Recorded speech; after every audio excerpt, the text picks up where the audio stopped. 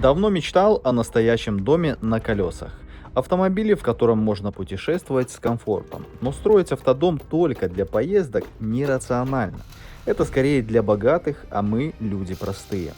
Мне нужен универсальный автомобиль, чтобы и семью возить, и шкаф перевезти, и путешествовать с комфортом. Хоть всей семьей, хоть одному. Сразу уточню, стремиться к идеальному автодому кощунство. Живем один раз, поэтому все надо делать быстро и по существу. А в процессе владения и путешествий автодомом будет достраиваться постепенно. Только на практике поймешь, что тебе действительно нужно, а что можно выбросить в первый же день. Поэтому нет смысла с самого начала набивать его барахлом. Задача – привести кузов в порядок и обустроить интерьер, чтобы было все необходимое. Этот сериал растянется не на одну серию, так что подписывайтесь, чтобы не пропустить.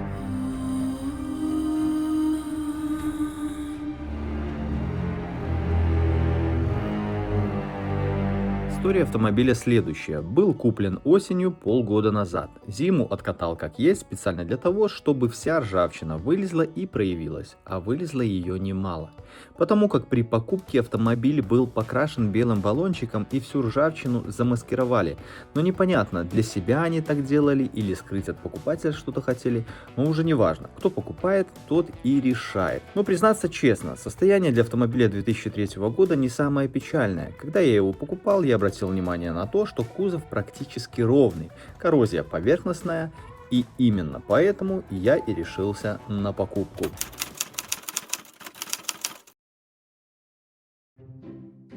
Ну что ты в очи вылупил? Сушит меня после выходных. Водички хочешь попить?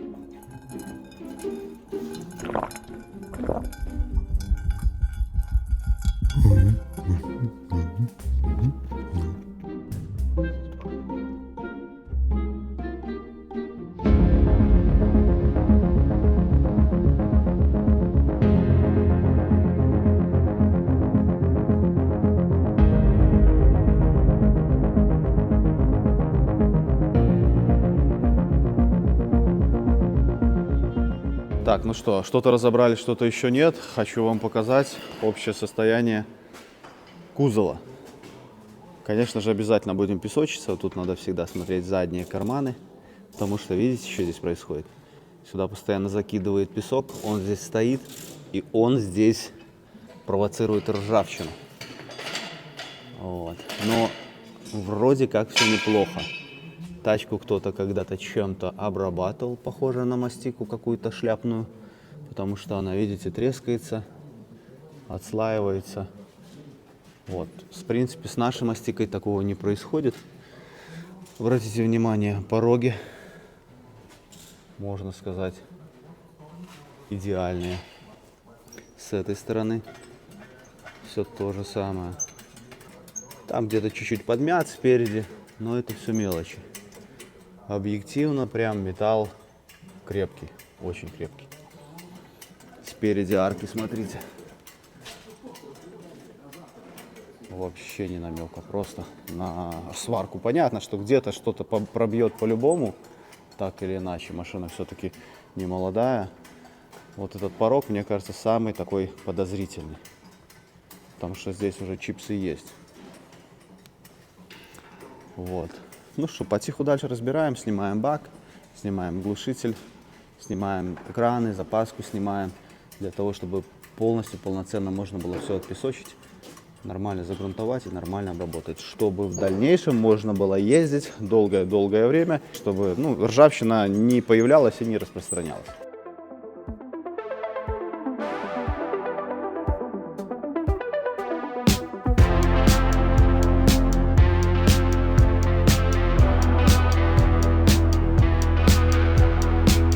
Перед тем, как снять крылья, хотел вам показать то, что тот, кто делал этот автомобиль, он хоть что-то допонимал. Вот обратите внимание, это вот когда мы обрабатываем тачки, и вот эти вот места мы всегда дополнительно проливаем. И здесь пролито точно так же. Ни намека на ржавчину здесь нет. Нигде. Понимаете? Что с этой стороны, что с этой стороны.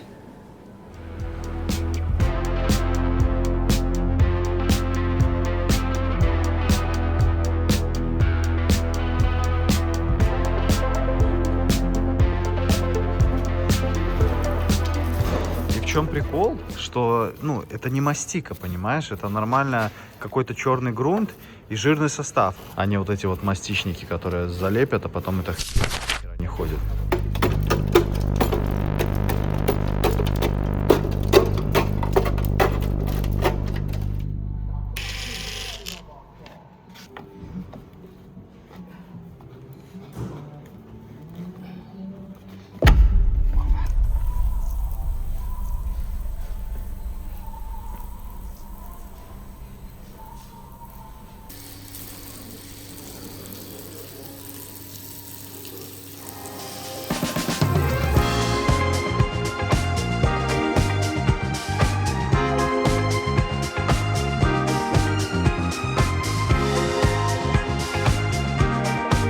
Значит, обшивку я снял и хочу вам сразу, ребята, сказать, запомните, никогда в жизни так не делайте.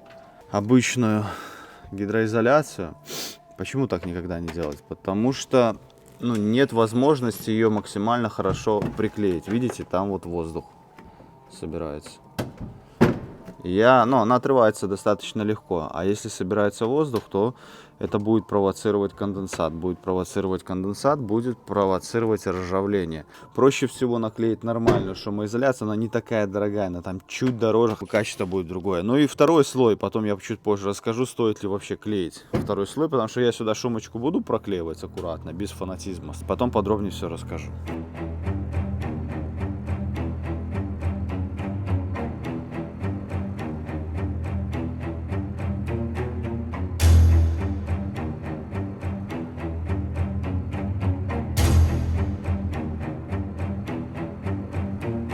Так, сумку эту гидроизоляцию сняли. Сейчас я хочу просто померить, сколько килограмм. Плюс еще на задней крышке багажника что-то было. Я уже выкинул это еще месяц, наверное, назад. Здесь валяется. Так, смотрим, что там у нас. Смотри. Перевес какой-то, да? 10,5. 10,5.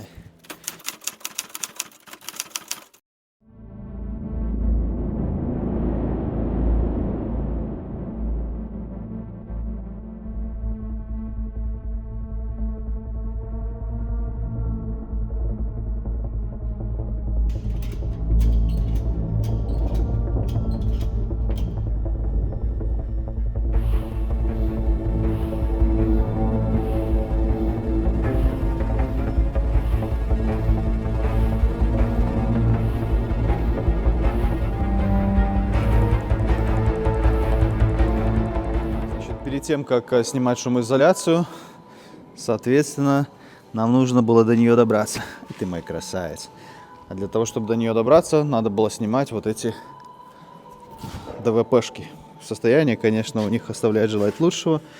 Смысла ставить обратно как бы не особо хотелось бы. Тем более они, видите, местами где-то уже просто поломались. Поэтому я купил фанеру. По-моему, 8 миллиметров. При этом купил для нее еще специальную морилку, чтобы подкрасить типа под цвет дерева. Вот, поэтому задача сейчас просто вот эту штуку накинуть наверх, просверлить где надо, прорезать где надо. Короче, сделать нормальные шаблоны, чтобы дальше это можно было устанавливать.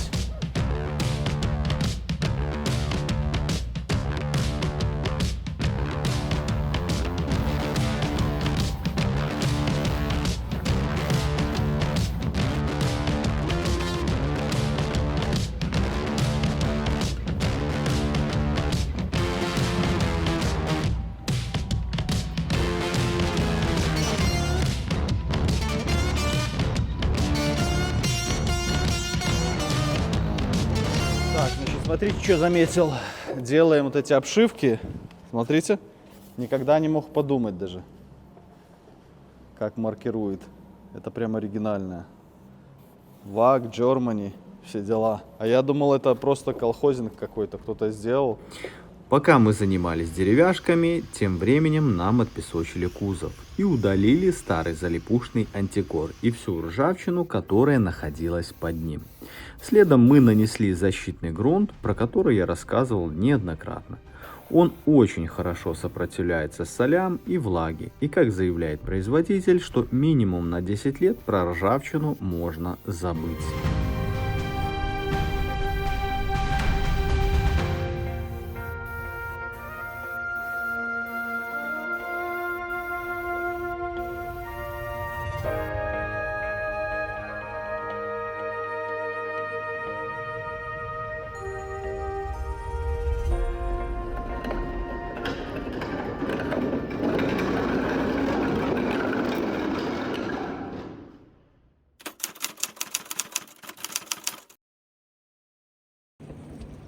Так, ну что, значит, автомобиль отпесочили. Сейчас просто хочу вам показать общее состояние, да? То есть какого-то критичного чего-то здесь, такого сверхъестественного нету. Вот. Есть сквознячки небольшие, которые нужно будет устранить. Типа вот такие вот. Типа вот такие вот. Вот здесь немножко, да? Типа вот такие вот. Вот. Но объективно прям какого-то звездеца здесь нету. День, два, три повозиться со сваркой. Вот здесь по низу немножко, да? Вот. И в целом должно быть нормально. Вот здесь уголочек. Здесь я вообще думаю, может просто кусок этот отрезать и не трогать. Вот. Но в целом нормально. Ну, могло быть и хуже. Куплены уже арки. Вот это одна арочка и порог ее. Качество, в принципе, нормально. Это оцинковка, это чернуха. Но при этом, что единственный минус с оцинковкой, что чуть-чуть варится хуже. А так, в принципе, что то нормально, что то нормально. Вот. Так что потиху, короче, занимаемся. Ах ты. Короче. Ладно, уже начали потиху работать. Значит, тут Ильёха будет заниматься сварочкой. Ух ты. Все не так хорошо, как хотелось бы, да? Жесть. А с той стороны вроде нормально было. Ну вот, Андрюха у нас здесь занимается. Тоже будет заниматься сварочкой. Вот. А я буду заниматься подготовкой к покраске. Вот это вот то, что нам отпесочили, нужно подпилить. Вот эти места подшпаклевать аккуратно и подмотовать. Очень удобно, когда машина стоит на подъемнике, потому что тебе не нужно раком стоять, как бы это все вычищать. Поднял на необходимую тебе высоту и занимайся. Так, у нас у Ильи какие-то новости интересные такие. Блин, ну это вроде как завод, ей-богу. Не понимаю зачем, но это не монтажная пена, которая продается. Она слишком плотная, понимаешь? Вот. Нормально, короче, нормально. Что и следовало ожидать от автомобиля такого года.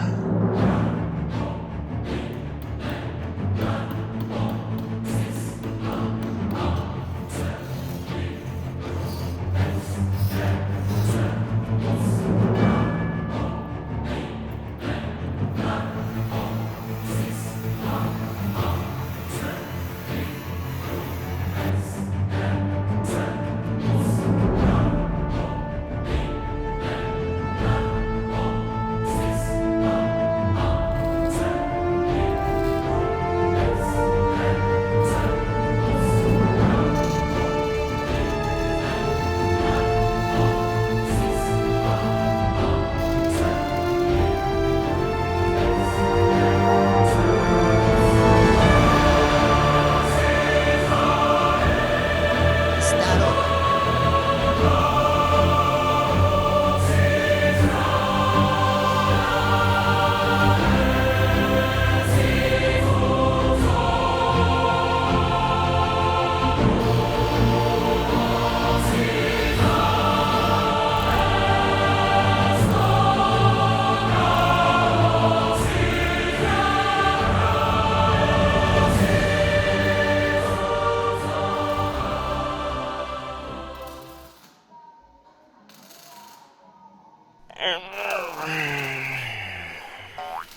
Ну что вы, козные, надо бы червячка заморить.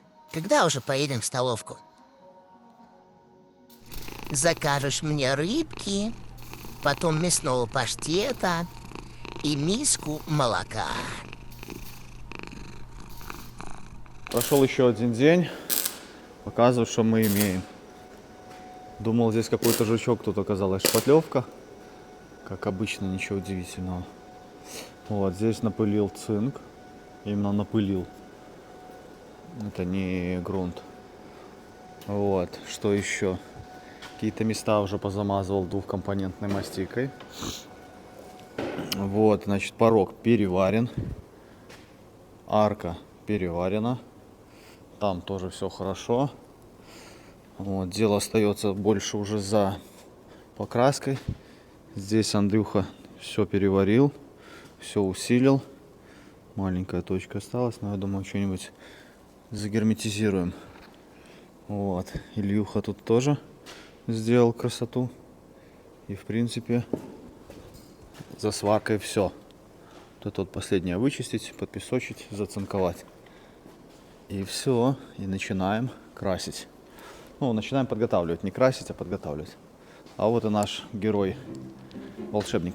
Кс-кс-кс. Вот и мой маленький. О, давай обнимашки. Но в целом, что хотел я показать, значит, вот это вот крыло правое, да, нам его отпесочили, и здесь образовался сквознячок такой. Вот, значит, я первый слой нанес эпоксидный грунт, второй слой акриловый. Ну, это не акриловый, а грунт-наполнитель. Вот, и это вот место я не собираюсь заварить, потому как в этом нет никакого смысла. Вот видите, вот это вот отверстие, да? Оно у вас же не гниет, но это точно такое же отверстие, как и здесь. Объективно его, если зашпаклевать, здесь, ну, как бы все будет хорошо. Важный момент, чтобы здесь не было ржавчины. Так как она отпесочена, загрунтована, все правильно, все хорошо. С этой стороны я сейчас покажу, как просто мы заклеимся, с этой стороны зашпаклюемся. Я вам буду показывать это место раз в год после зимы. И вы будете в шоке от того, что оно гнить не будет. Вот. Причем, что я когда батьке делал переднее крыло на Пассате, кто помнит, я еще его разрисовывал, снизу было вообще в крыле дыра. Я с обратной стороны просто замазал пушечным салом. По сей день машинка ездит и не ржавеет. Я сейчас вам покажу. Вот это крыло, ну прямо, конечно, грязное оно, но ржавчины нет. Здесь вот просто тупо сквозняк был. Так, зачем же все-таки вырезалось заднее стекло? Что спереди, что сзади, есть вот такие вот нюансы. Если это не сделать, ну, если стекло не вырезать, то, ну, такие вещи не устранить. Причем, что если вы обратите внимание, что здесь мелкая коррозия идет по всему периметру. Причем, когда мы вот обрабатываем автомобили, да, очень часто бывает, клиент говорит, да, у нас там нет никакой коррозии, все у нас отлично, все прекрасно. Но мы поднимаем автомобиль и видим там вот такую мелкую коррозию, на которую он говорит, у меня там все идеально. Хорошо, так-то оно так. И если же вот по такой коррозии ты обработаешься, что делают залипушники, и в принципе, я вас уверяю просто, что большая часть мастеров вот по этой вот фигне вам просто обработают тачку. Но когда вы обработаете, вот это пузыри. В пузырях будет воздух, будет конденсат. Поэтому обязательно вот это вот нужно удалить. А почему залипушники этого не делают? Могу легко объяснить. Чтобы это устранить, автомобиль нужно в первую очередь отмыть. Во-вторых, просушить. В-третьих, отпесочить. А это все, друзья мои, время и деньги. Понимаете? А когда залипушник взял 3 копейки, почему я говорю, что он залипушник? Потому что он просто залепил. Он вот такой вот момент залепил и клиенту отдал. Так проблема в чем? Что просто клиенту изначально не донесли, что эта работа стоит дорого, что это нужно вот это устранить, вот это. Клиенту просто залепили, и этот клиент с залепниной с этой просто поехал. Обязательно это все нужно удалять. Сейчас нужно убрать просто герметик, потом уже подпесочить, ну и, соответственно, загрунтовать. Всю ржавчину нужно удалить.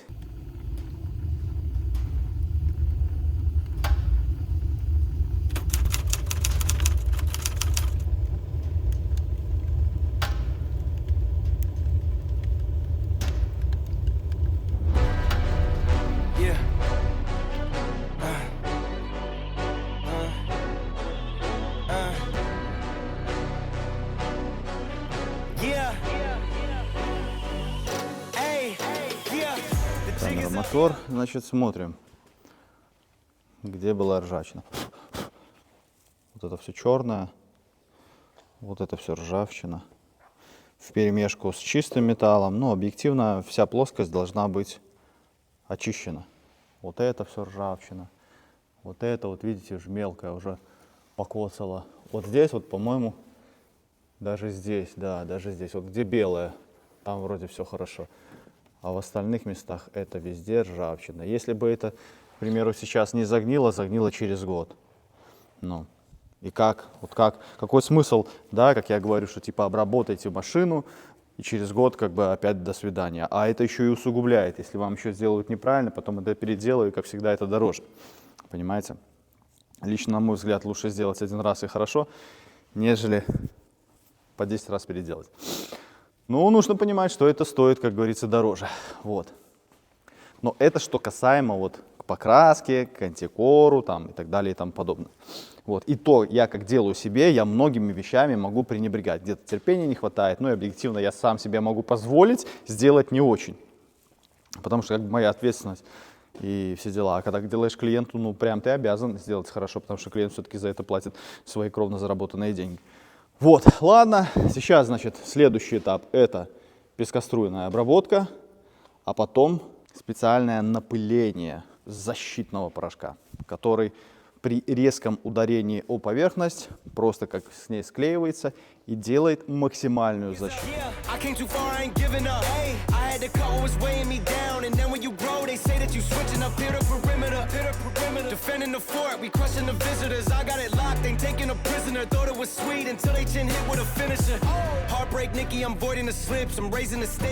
Так, ну что ж, значит, смотрите, показываю каждый промежуточный этап, чтобы вы понимали, что все изумительно.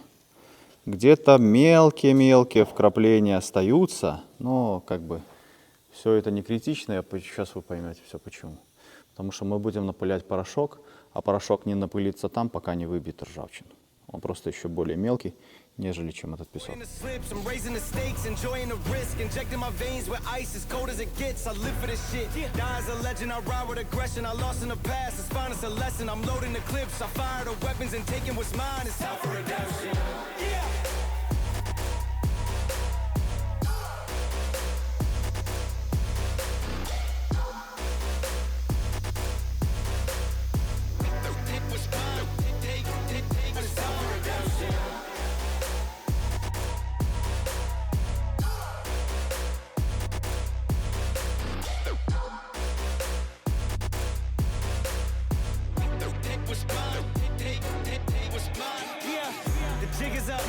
Came too far, I ain't giving up. Hey, I had to cut what was weighing me down. And then when you grow, they say that you switching up here to perimeter. Defending the fort, we crushing the visitors. I got it locked, ain't taking a prisoner. Thought it was sweet until they chin hit with a finisher. Heartbreak Nikki, I'm voiding the slips. I'm raising the stakes, enjoying the risk. Injecting my veins with ice, as cold as it gets. I live for this shit. Die as a legend, I ride with aggression. I lost in the past, it's fine, it's a lesson. I'm loading the clips, I fire the weapons and taking what's mine. It's time for redemption. Yeah. Yeah.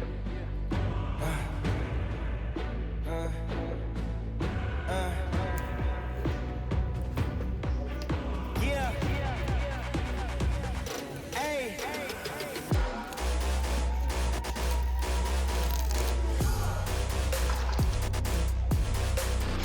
Yeah. It was mine. It was time for redemption.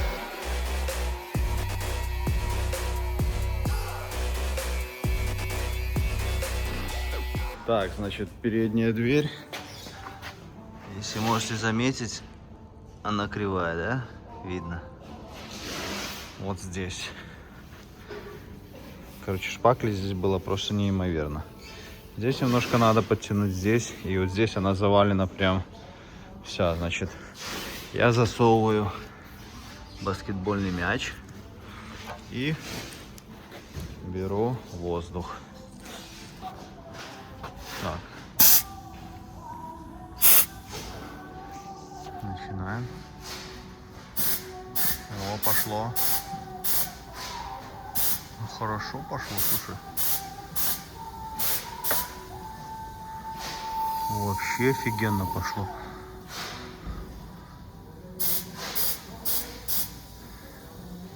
Так, стоп. Был сгиб. Сейчас нету. Мячик.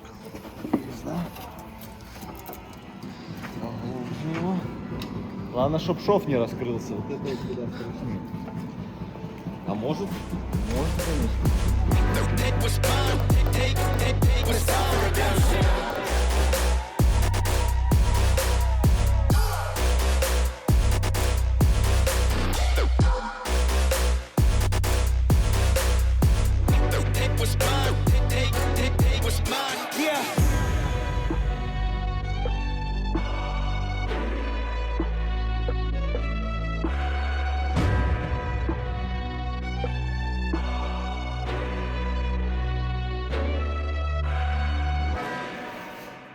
По факту в этом транспортере на всех кузовных горизонтальных швах, в том числе и на капоте, была ржавчина, причем герметик почему-то отсутствовал, что и спровоцировало ржавчину. Влага попадала в шов, ну и оттуда появлялась ржавчина.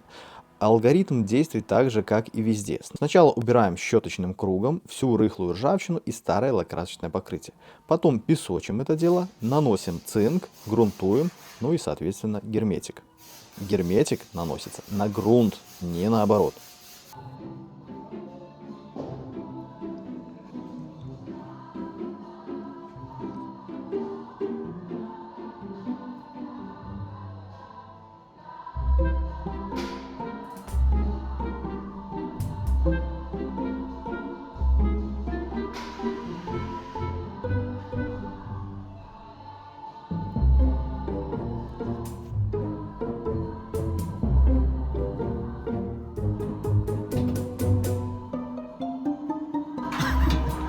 Кто это у нас здесь такой красавчик, а? Улегся. Молодец, молодец. Скажи, и весь мир подождет. Итак, господа, минутка полезной информации. Периодически прилетают вопросы по видеорегистратору. Я раньше уже показывал видеорегистратор компании iBox, и вот уже пользуюсь им 1,5 года и могу смело сказать, да, это то, что нужно. iBox — российский бренд автоэлектроники и цифровых сервисов для ответственных автомобилистов. Видеорегистратор iBox Road Scan 4K Pro — это видеорегистратор с матрицей Sony и с базой полицейских камер и Wi-Fi. Он легко подключается к вашему смартфону и снимает в качестве 4К Ultra HD. Съемка ночью сохраняется с деталями благодаря сочетанию матрицы, технологий и процессоров. Увеличенный антибликовый CPL-фильтр помогает сохранить качество съемки при любых погодных условиях. К этому видеорегистратору можно также подключить салонную камеру, камеру заднего вида, и у обоих этих камер будет разрешение Full HD. Имеется встроенная память на 64 гигабайта и управляется жестами. Смотрите, как легко его установить благодаря надежному магнитному креплению, соответственно, точно так же легко его и снять. Еще также у него имеется Type-C разъем. iBox Road Scan 4K Pro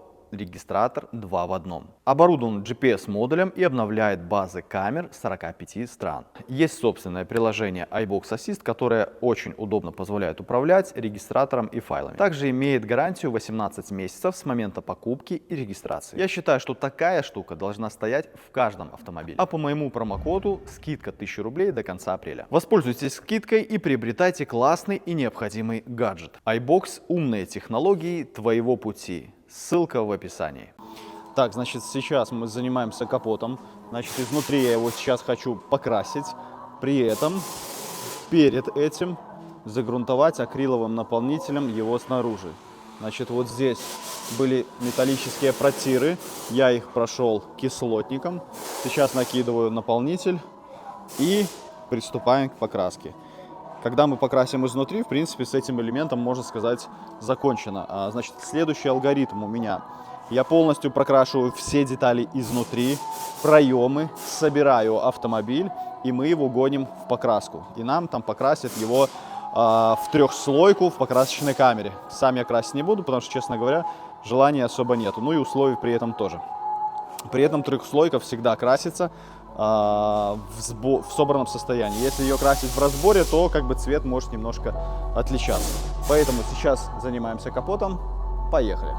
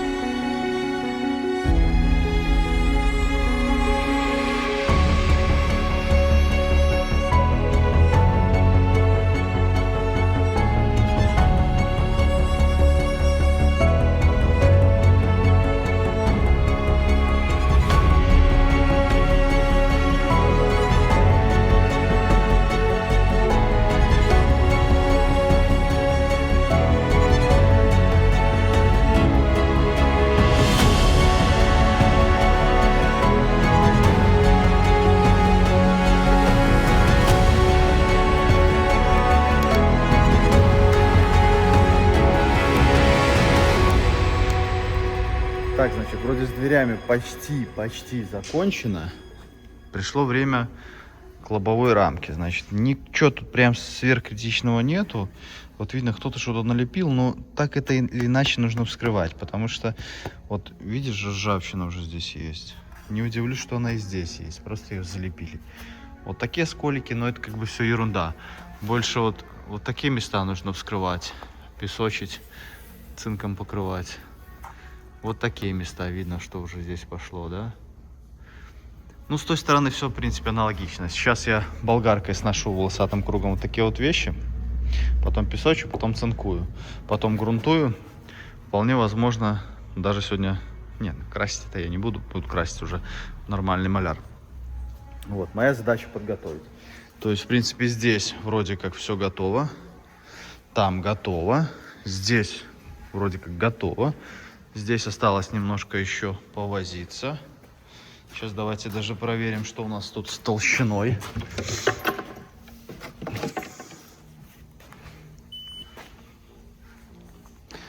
Так.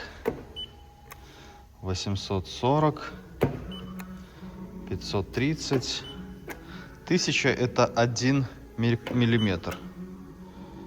То есть даже, как говорится, и не такая уже и проблемка. Ну, вот здесь 2 миллиметра. Основная проблема вот здесь сейчас, с которой, ну, действительно достаточно сложно возиться. Вот смотрите. Те места, в которые, ну, никто никогда здесь не залазил. Вот ржавчина от резинки пошла. Как бубонная чума начала распространяться. Но, в принципе, здесь нету глубокой ржавчины, которая превратит это место в пыль. Здесь достаточно будет просто вычистить болгаркой и отпесочить. Вот. Но, конечно, удовольствие не из приятных, потому что очень неудобно. Особенно здесь там возиться, потом песочить. Вот. Но место, конечно, вот здесь водичка стекает, и здесь в резинке прям всегда стоит. Здесь в идеале заливать антикором, а потом уже ставить резинку. Как мы, собственно, и сделаем. Ну, надо отдать должное. Вот я посмотрел видео на AVBuy про течки. Там были и за 12 тысяч долларов, и за 10, и за 7. Я, честно говоря, не знал, что они прям есть прям в таком супер уложенном состоянии. Этот течик, я не знаю, это прям подарок. Вот даже банальный пример арки. Посмотрите. Тут все сейчас в пыли. Но даже ржавчины здесь нету, понимаете? Это я вот закрыл здесь. Здесь ничего гнилого нету. Здесь ничего гнилого нету. То есть сам в шоке от того, что как бы оно в таком хорошем состоянии. Я думаю, благо, конечно, от того, что люди, которые ездили на нем до этого, они, во-первых, в одних руках, этот автомобиль был в районе 14 лет. Они маломальски за ним присматривали. Ну, собственно, как я и говорил, господа, значит, смотрите. Под герметиком была ржавчина. И, как говорится, герметик просто не так быстро проявляет ее. То есть где-то ремонт делался где-то год назад, наверное, может 1,5, максимум 2. А герметик ржавчину может держать, ну, года 3.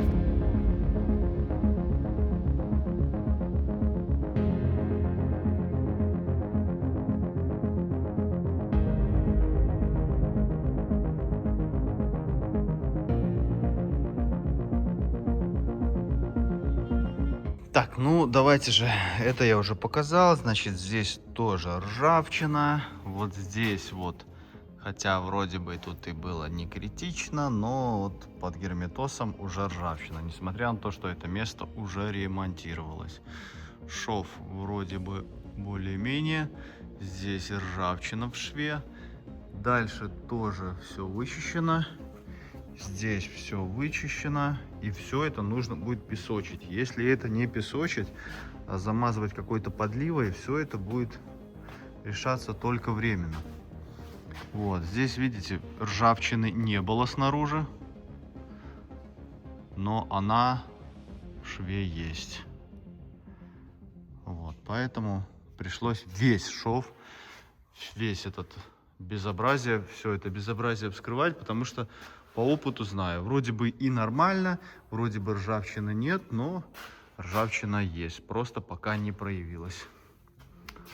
Вот, вот это место ремонтировалось, то место еще не ремонтировалось.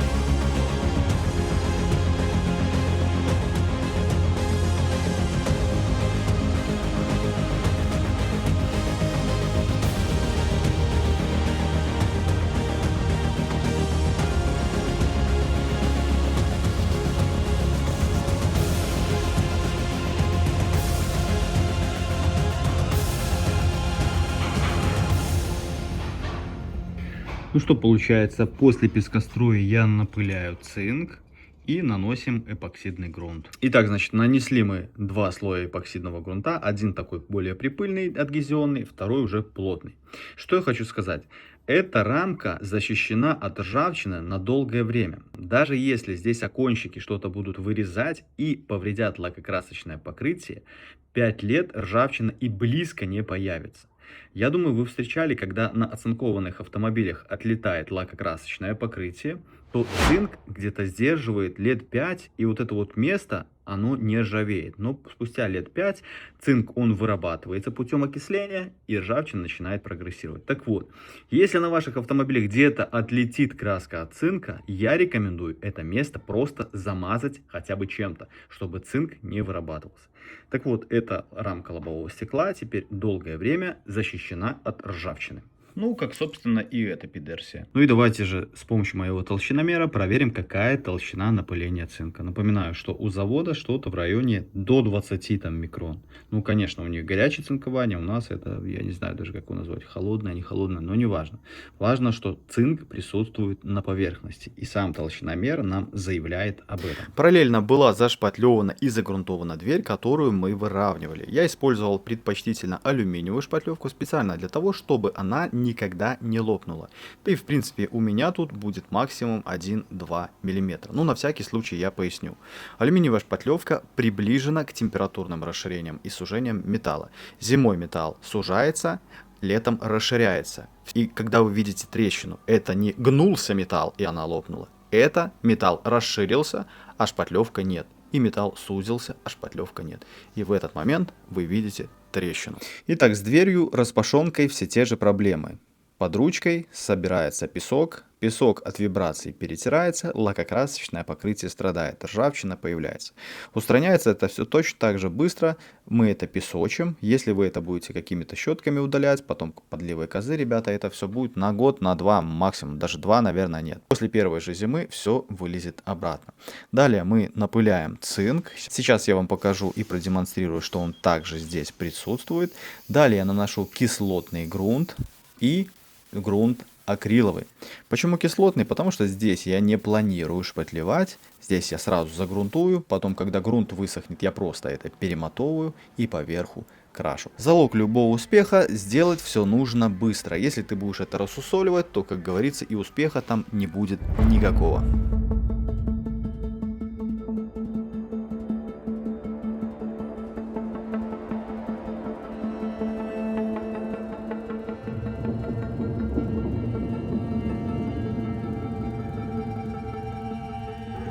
Так, значит, открутил упоры. Здесь была ржавчина, тоже отпесочил, зацинковал. И вот эти вот штуки, к которым крепятся газовые упоры, тоже отпесочил, зацинковал и покрасил черной матовой краской с баллона. Вот такой вот взял.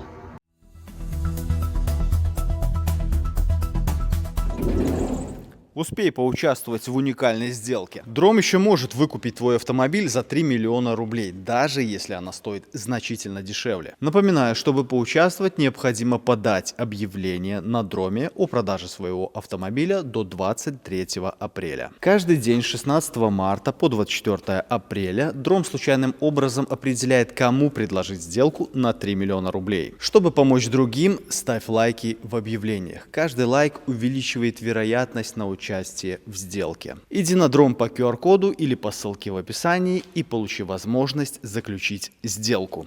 Продавать авто — иди на Дром.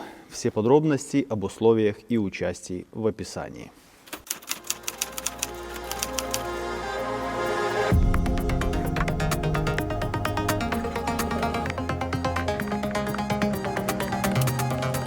Настал момент покраски. Покраска сейчас будет именно проемов. Значит, смотрите, как все я сделал. Значит, сейчас мы все это обезжириваем. Вот это я не закрываю, потому что здесь я все буду перемотовывать. Вот это все обезжириваем и прокрашиваем вот таким вот образом. Есть пару моментов, на которые я бы обратил ваше внимание. Смотрите, когда я дверь закрою в собранном состоянии, проема я не доберусь. Правильно? Правильно. Получается, что мне нужно сейчас? Заклеить лицевую сторону и все вот это вот обезжирить. И только потом сюда немножечко напустить скотч, который будет телепаться. Это специально для того, чтобы слишком далеко, как говорится, не было вот этой четкой границы. Потому что если четкая граница будет, как бы будет не очень эстетично. Вот, сейчас мы это обезжириваем и наклеим вот сюда скотч, чтобы он телепался. Я покажу.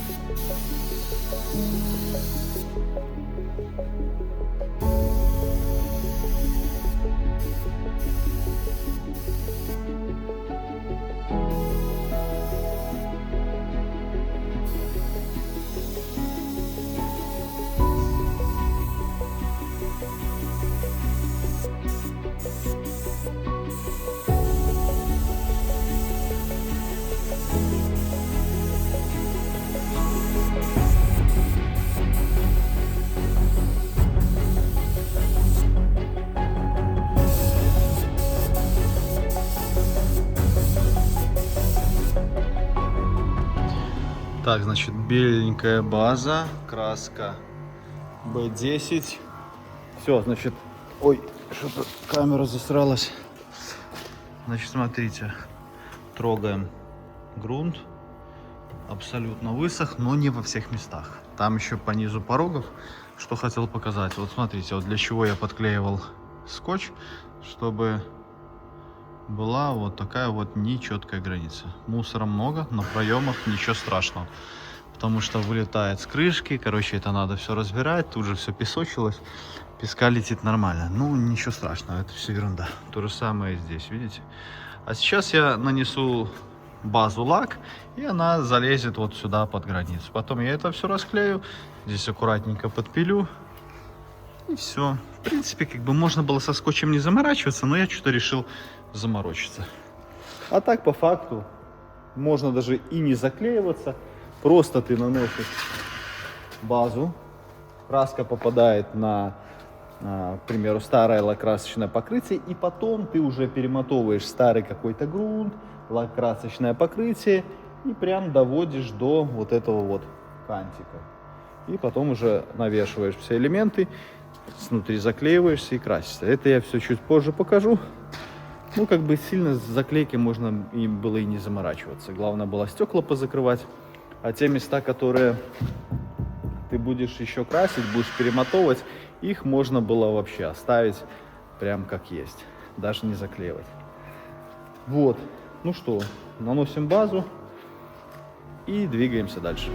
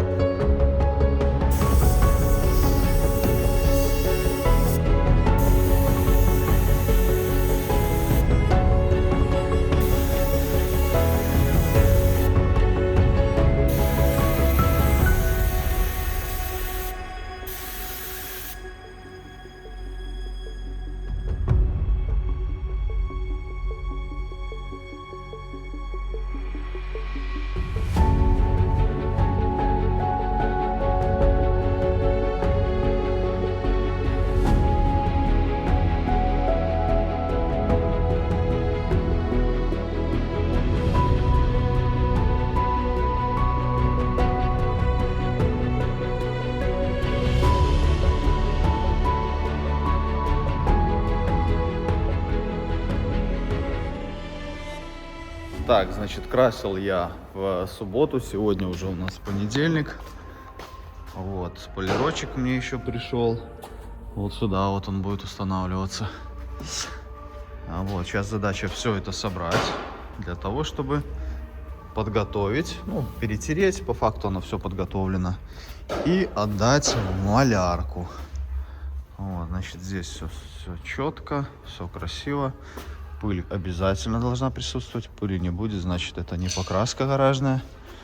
Вот, здесь тоже все хорошо. Сейчас я вот эти вот места просто подтираю. Бляха, подтеков тут нафигачил. Но это, конечно, плохо очень. Потому что сейчас это сточить будет достаточно проблематично, чтобы не протереть. Но я заливал прям так очень хорошо. И тут нафигачил. Ой, бля. Короче, ладно, разберемся. Все это ерунда. Вот. Вот здесь пришлось даже напылить цинк, потому что ржавчина уходила под резинку. Приподнимал резинку и напылял. Вот, ну тут по факту перетереть, где-то вот подточить вот такие вот скольчики, немножко ржавчинки, пару точек убрать. А в целом я говорю, что тут даже как таковой ржавчины особо даже нету, видите? То есть все отлично. Вот такие вот расточить вещи надо. Вот, собираем, подтачиваем и двигаемся дальше. Погнали. Устанавливать старую фурнитуру на свежеоткрашенный автомобиль критически не хотелось. Именно поэтому старенькое мы выбрасываем и устанавливаем новые ништяки. Вот это я понимаю. Вот, когда я буду собирать все вот такие вот моменты, я всегда буду это делать на болтике с нержавеющей стали. Потому что вот эта вот шляпа, оцинковка, она после первой же зимы начнет ржаветь. И потекут желтые ручьи.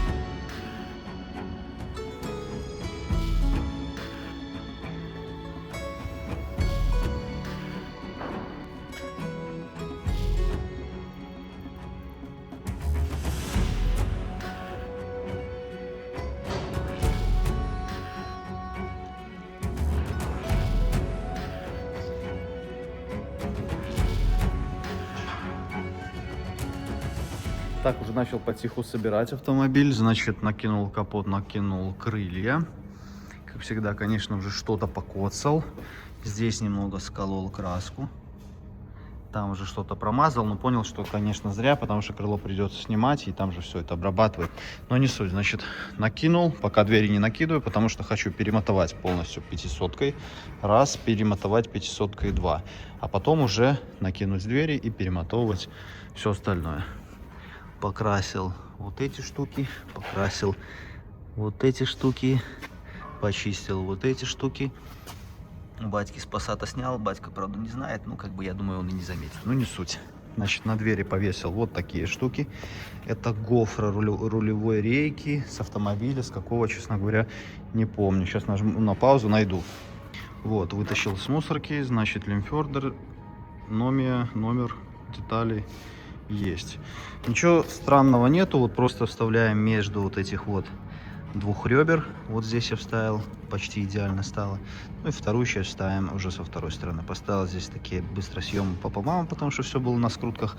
Ну, как говорится, коммерческий транспорт, кто тут хочет что-то вкладывать? Лишь бы сделал и поехал. Это мне вечно надо какой-то ерундой заниматься.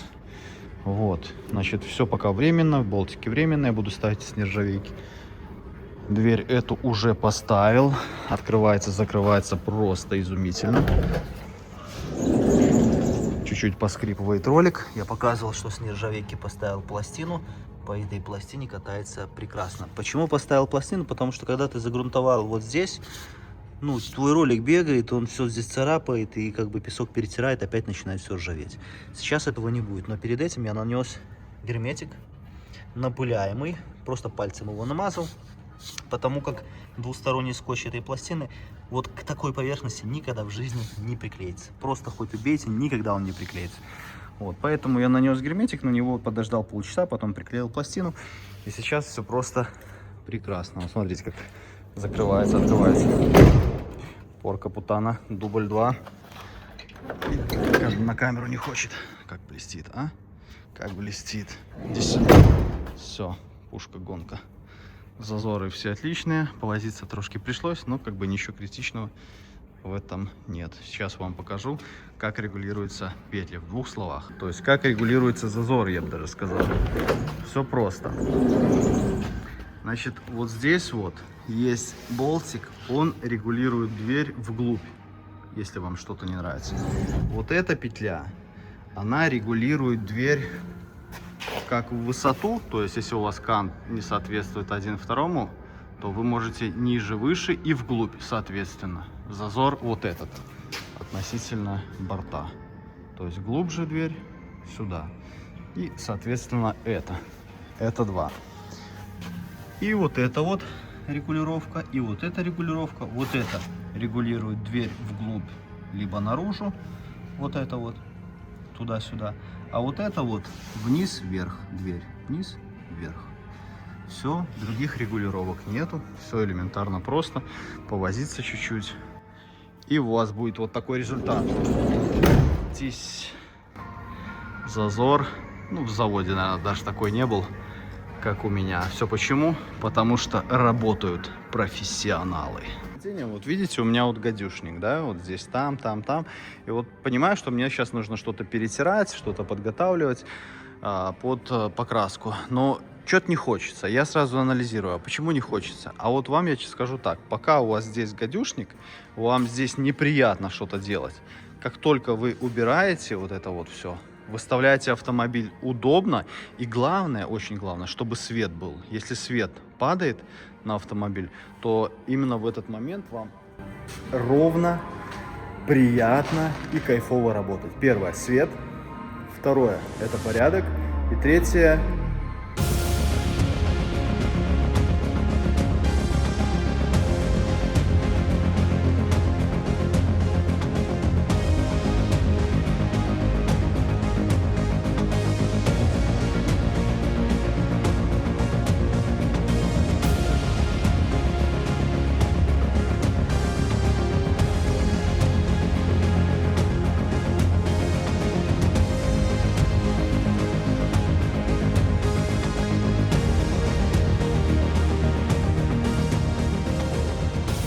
так, значит, столкнулся со следующей проблемой. Значит, смотрите.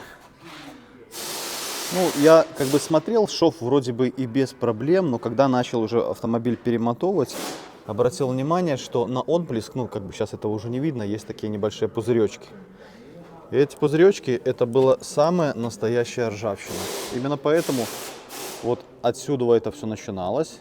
Здесь я это вычистил. Видно, что кто-то уже здесь болгарочкой баловался. Ну, не суть. Значит, я ее вычистил, отпесочил, расточил, расшлифовал, чтобы потом загрунтовать, и нанес цинк. Вот прямо на шов. Что могу сказать? Могу сказать, что вот это место ржаветь больше не будет.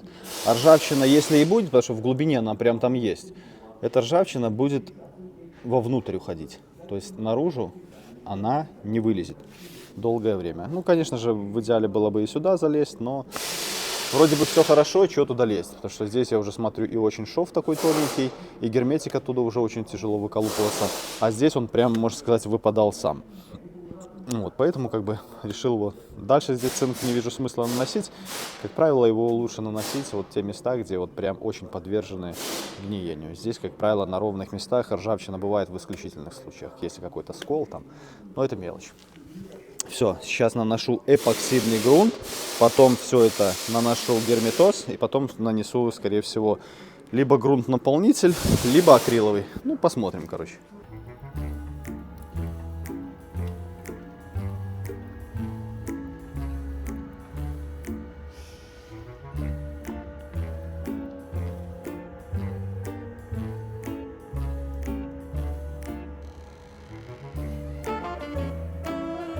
Что хотел показать. Значит, видно, что плоскость, она не идеальная, да, где-то болгарка. Короче, нужно протянуть шпатлевкой. Но для того, чтобы протянуть и шпатлевка не ушла в шов, и если она туда уйдет, будет проблемно ее потом вычищать, просто заклеиваем малярным скотчем. Аккуратно его подрезаем канцелярским лезвием и протягиваем шпатлевкой. Так, аккуратно, без фанатизма, можно сказать, на сдир.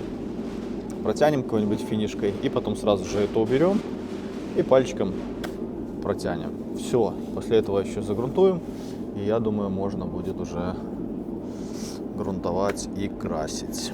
Ну так, господа, значит, в принципе, один разочек протянул, и скотчик убираем.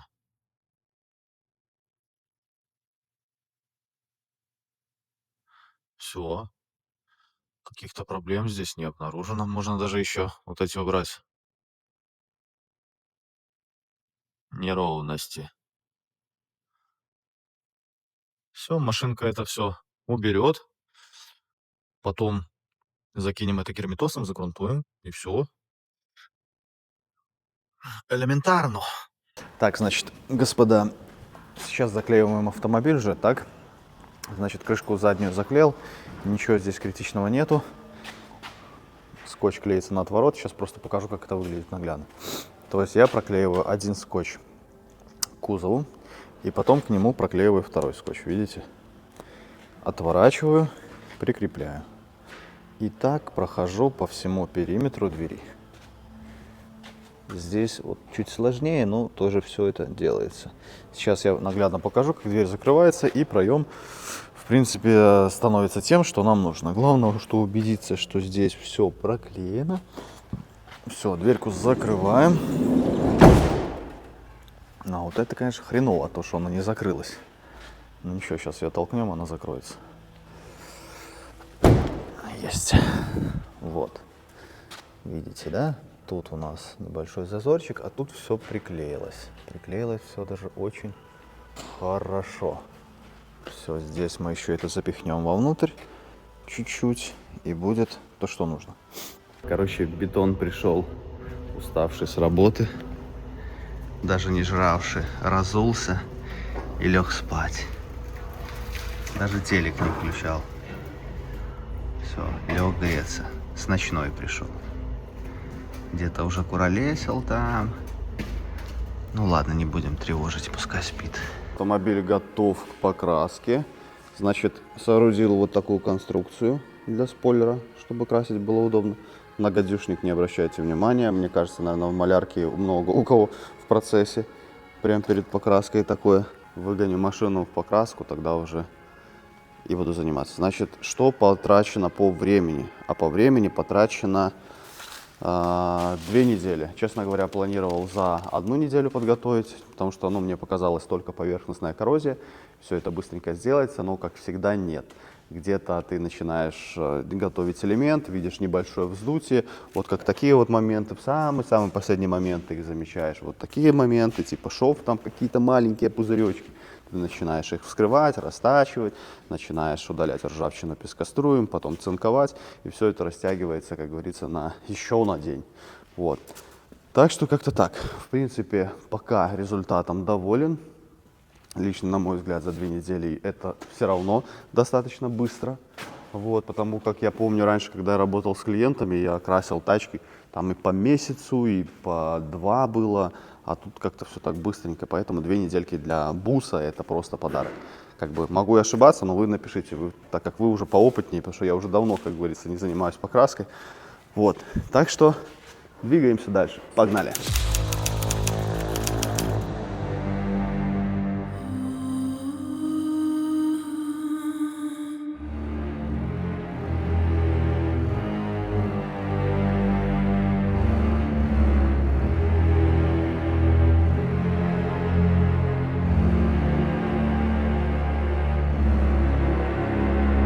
Мы уже находимся в логове блестящих поверхностей.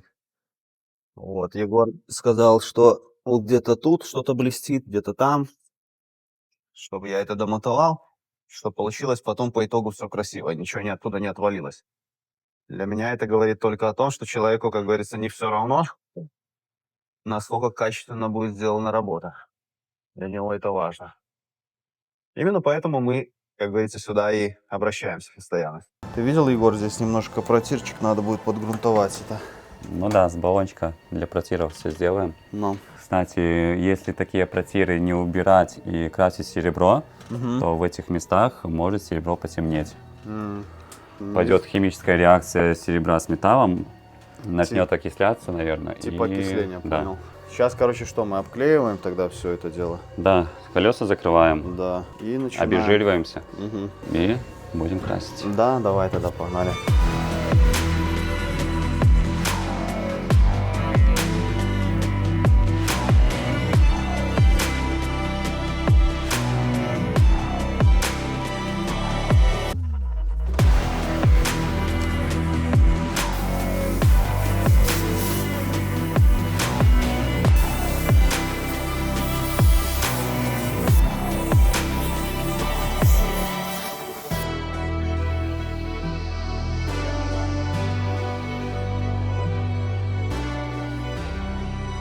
Так, значит, сейчас Егор обезжиривает.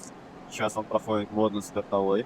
Так, это получается у нас уже включена дизельная пушка, помещение прогревается, включена вытяжка, потому что какая-то пыль, чтобы сразу уходила вниз, не накапливалась на автомобиле. Вот когда мы продували, мы уже ее включили. Сейчас обезжириваем двумя обезжирками и приступаем к нанесению базы. Напоминаю, у нас будет 2 слоя базы, 2-3. Потом 2 слоя перлика, это 3-слойка получится, и 3-й слой будет лак. И она будет такая соска. Тем более Егор красит шикарно, поэтому, ну, короче, не будем загадывать, но я думаю, все будет прям топчик, топчик. Егор, скажи, вот крыло одного цвета, дверь другого цвета, отличие по цвету будет? Не должно быть. Не должно. Не должно. То есть, если краска будет крыть хорошо, то все будет хорошо, правильно? Конечно. А если крыть будет плохо, то просто нужно кинуть больше слоев, правильно понимаю? Да, или поменять краску. Но вообще краска должна укрывать с 2 слоев. Если не укрыла с 2 слоев, значит что-то или перерасбавили, или краска такая. Надо уже искать, смотреть, в чем дело.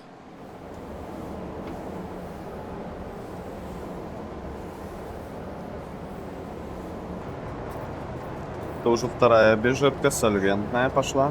Вот. Вопрос на засыпку. Почему нельзя наносить эпоксидный грунт на кислотный грунт? Ну, потому что это 2 первичных грунта. Так, Надо наносить либо кислотный, либо эпоксидный. так. И на все это надо наносить еще акриловый сверху. Ну, то есть на эпоксидный можно не наносить, там, если какие-то мелкие работы, на него можно там подкрасить даже что-то. А на кислотный обязательно надо наносить акриловый грунт. Хорошо, а если нанести на кислотный эпоксидный, что будет? Блин, ну, я так не пробовал, не делал, я даже не знаю, что будет. Кстати, ребята, напишите, что произойдет, если на кислотный грунт нанести эпоксидный. Все знают, что нельзя, а что конкретно произойдет, не знает никто. Вот, потому как я пробовал реально наносить, нормально, ну, то есть ничего не отваливается, все работает, как бы защиту держит. Вот, поэтому напишите обязательно в комментариях. По техничке нельзя, поэтому, как говорится, так и не делаем. Явно какие-то ж приколы там будут. Ну то, что Может не отвалится, сразу, но через время. ну то, что не так отвалится одно от заходит. второго, то навряд ли. Мне кажется, просто у них свои свойства теряются. У одного грунта относительно второго. То есть эпоксидный перестает отвечать своим свойствам, а кислотный перестает отвечать своим свойствам. Ну, я думаю, что это, скорее всего, так. Сейчас я беру баллончик усилителя адгезии и прохожу вот такие вот места, которые могут быть провоцировать, ну не ржавчину, а провоцировать отваливание краски. И вот такие вот места, где обычно за то, что стекла не снимаешь, может отвалиться. Все, мы это сейчас проходим.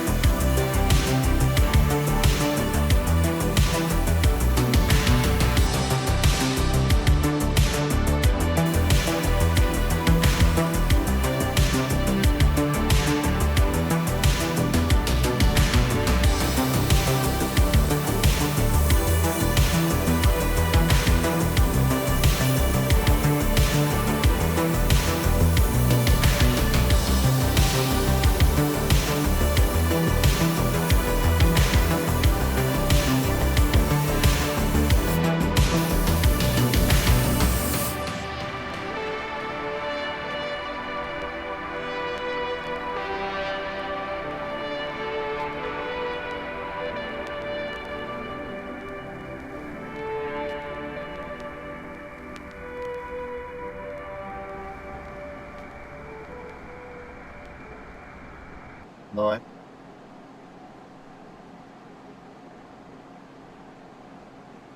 Ну, пока вроде все хорошо, да? Да.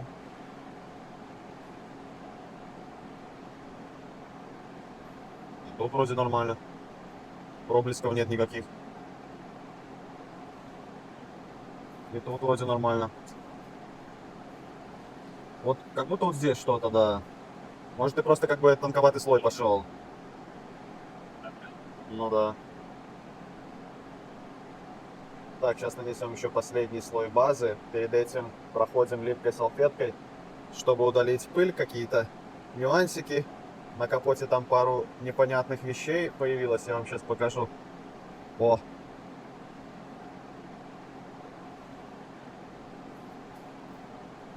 Раз. Но это как будто пузыречки какие-то надулись, но я не знаю, что это такое. Я пару раз видел что-то похожее. Вот здесь и вот здесь. Ну, на сколики не обращайте внимания, это я просто поленился подготавливать. Нанесение третьего слоя базы я вам уже не показывал, там все в принципе так, как и было до этого. Следующий этап — это нанесение перламутра.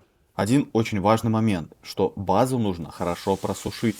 И каждый последующий слой нанесения перламутра, тоже предварительный слой нужно хорошо просушить. Все зависит от погоды, но вы должны убедиться в том, что все просохло. Если этого не произойдет, то из-за того, что большое количество слоев, все это может подорвать и потечь. А сейчас Егор покажет, до какой консистенции необходимо разводить этот материал. Давай. Раз, два. Раз, два, три, 4, 5, 6, 7. Считай, вот 7 так. Перед нанесением перламутра обязательно удаляем липкой салфеткой весь опыл, что собрался на поверхности.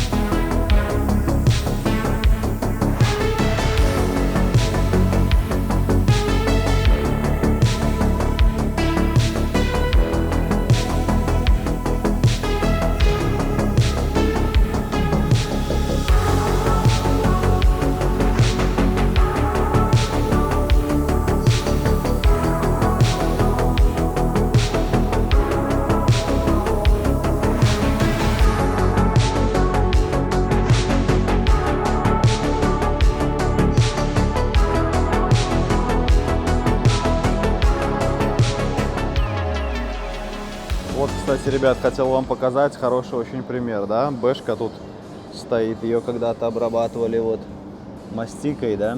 Почему я говорю, что шляпа мастикой обрабатывать? В таких местах, вот смотрите.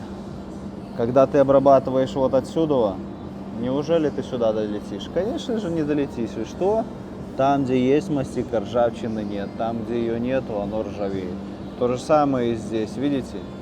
Ничего не обработано, потому что угол атаки такой, что она не везде может попасть. И там, где мастики нет, там изгнивает. Какой смысл здесь мастики?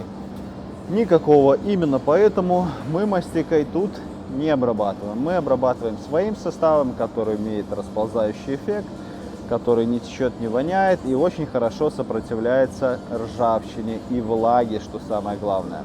Влагу отталкивает, не испаряется, не вымывается. Так, это у нас, значит, один слой, это 2, сверху 3.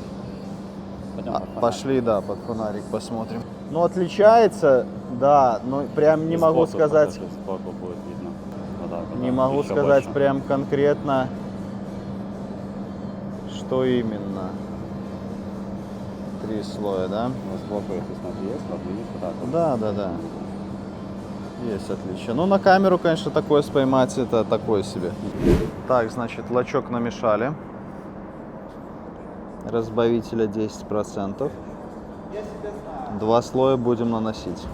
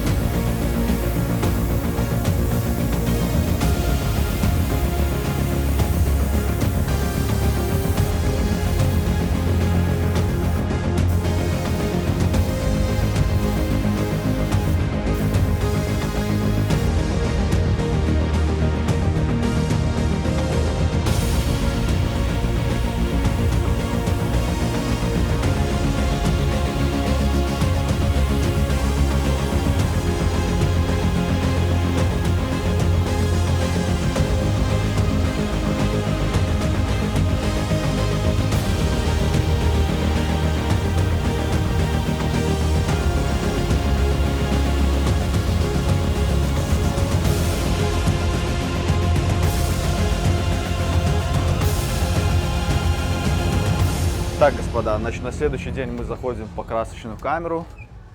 И я, честно говоря, тело начинает неметь и млеть от этой красоты. Вы только посмотрите.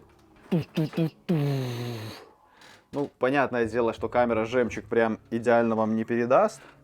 Я чуть позже еще засниму, как это выглядит на улице, но мне кажется, что это прям супер достойно. Вот я, честно говоря, не прогадал, что я обратился к Егору, сам не стал лить у себя это в гараже. Посмотрите, какой глянец просто.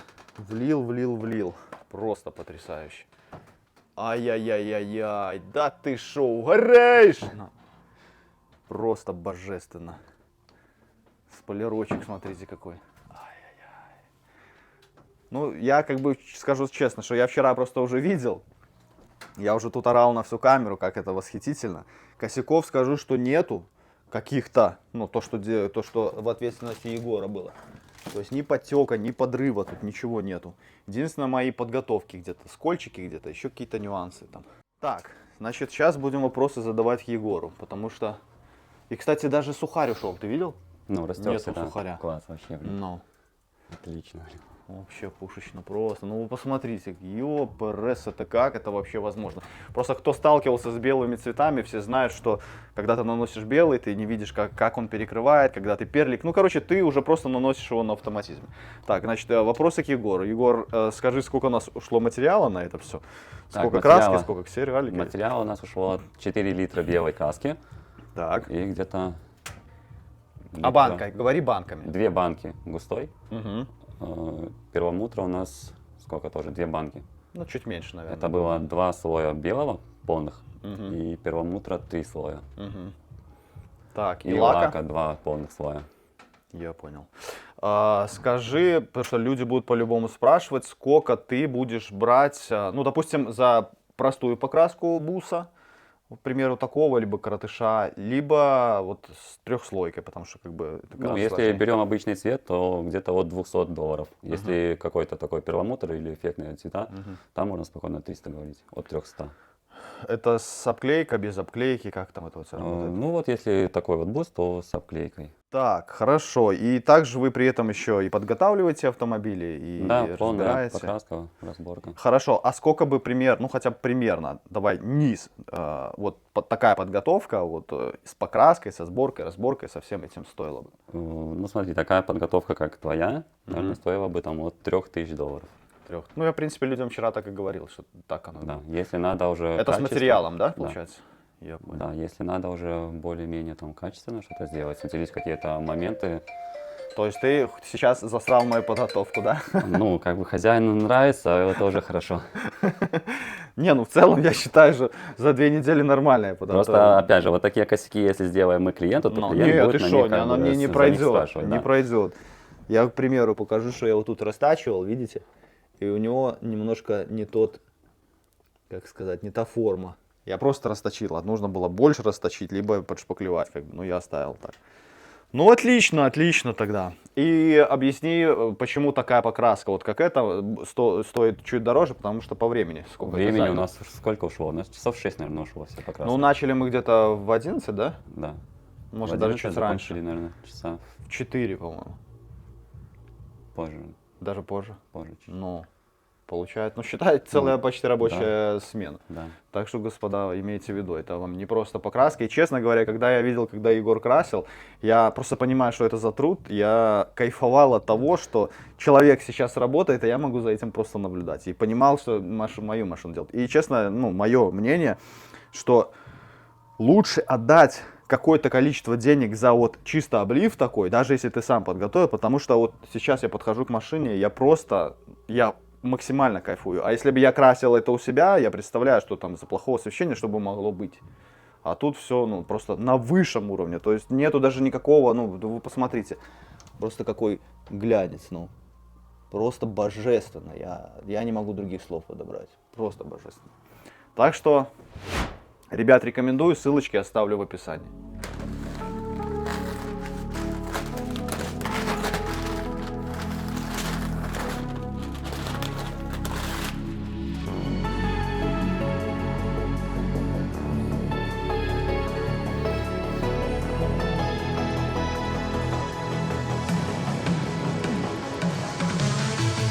Друзья, подробное видео с установкой спойлера я уже разместил в своем телеграме. Как это сделать, чтобы и через 10 лет он у вас не отвалился? Переходите либо по QR-коду, либо по ссылке в описании. Итак, вот когда я делал этот бус, подготавливал его к покраске, я столкнулся с такой идеей. То, что сначала я спешил, думал, мне надо его сделать быстрее, быстрее, быстрее, чтобы успеть за неделю. А потом я понял, что я не то чтобы не получаю удовольствия от своей работы, мне просто какая-то внутренняя тревога появляется, что мне нужно успеть, ни в коем случае не опоздать, людей там не подвести и так далее и тому подобное. Но после того, когда я сказал, а куда, собственно, я спешу, зачем? Буду делать 2 недели, значит 2 недели. Буду делать 3 недели, значит 3 недели. Да какая нафиг разница? И ровно в этот момент я осознал, что я получаю удовольствие от того, чем занимаюсь. Ну, приведу условный пример, чтобы было наглядно понятно. Один человек едет со скоростью 110 километров, второй едет со скоростью 150 километров.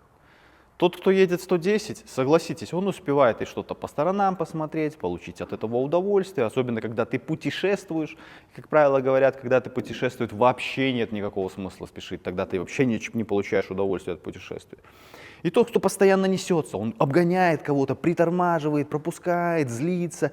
Чувствуете разницу? Это 2 жизни, как говорится, но абсолютно разное качество. То же самое и здесь. Спокойно, не спеша, успеваешь получить удовольствие от кофе, которое пьешь, успеваешь удовольствие получить от видео, которое ты смотришь на канале Антона Маляра и подписываешься на него, не забываешь. Нужно жить спокойно. А те, кто постоянно дергаются, вот их жизнь за это и наказывает. Я всех обнял, приподнял, ребят, покружил и поставил на место. Всем пока. Обязательно подпишитесь, потому что продолжение следует. Пока.